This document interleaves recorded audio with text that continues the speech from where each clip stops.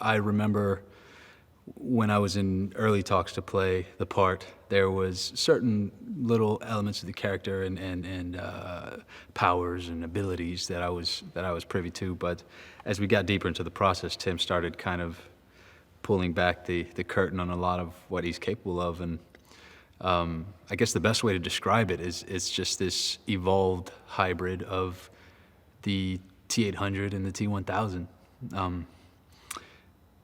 Hard endoskeleton, matte black alloy endoskeleton with a mercurius liquid exoskeleton that can operate remotely from the central CPU, I guess. So, which is really great because it's this this heightened sense of or this heightened ability to pursue the target and triangulate the target and corner the target, and there's really great moments in the picture where I do just that, and I'm starting to kind of converge on either Danny or Grace or whoever it may be, and all of those elements of what Grace is very exciting, and as the story unfolds, it ultimately is a tipping point. So I like the way they designed her as the protagonist, as the protector, and just big action. Still utilizing all of our practical, all of the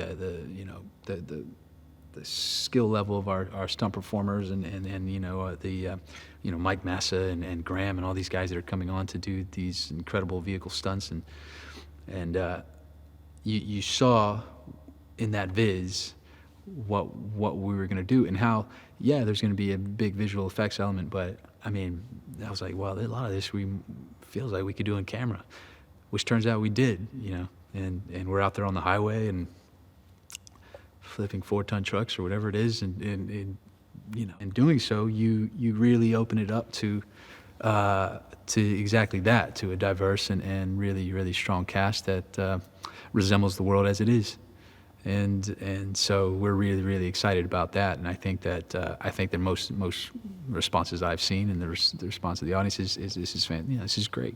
Sarah Connor is in our film. Sarah Connor is in the story. She's returned to the story, which is, for me, being a huge fan of the franchise, that was it for me. I mean, 2 years ago we found out about that this film was being made and that she would be central to the story and she would be returning, and that was enough. That's all I needed to know. I mean, I joke about it all the time. I was like, my ticket was bought then. I guess now, I don't have to buy a ticket, but I still will. I'm sure I will, just because she's in it. Linda Hamilton is in the film. She's fantastic in it, and we're returning to form, and it's truly a Terminator picture now. I think people are a fan of the Terminator franchise because of what seems to be the inevitability of the subject matter.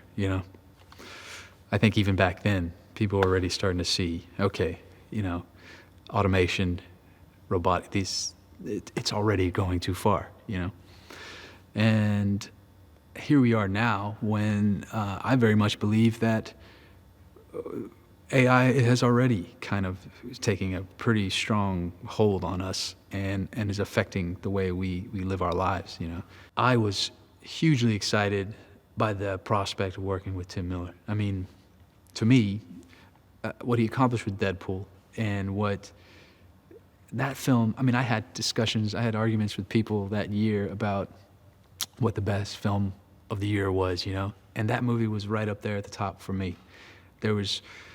The action was excellent. The balance, on a knife's edge between the comedy and the action and everything else was really well handled, and above all, I found that film to be one of the best love stories that I've probably ever seen, and I was like, man, I knew very little about Tim before that, and then had been kind of eagerly anticipating what he'd do next, and then finally, as I mentioned before, it was revealed that they were doing this film, that Linda would be in it, that Jim would be executive producing, and that Tim Miller would be directing. That was it. I was like, this is going to be great. Ladies and gentlemen, you're watching Hey You Guys! Hey You Guys, huh? Hey, you guys. Is that from the Goonies? It is indeed, yes. Nice. Hey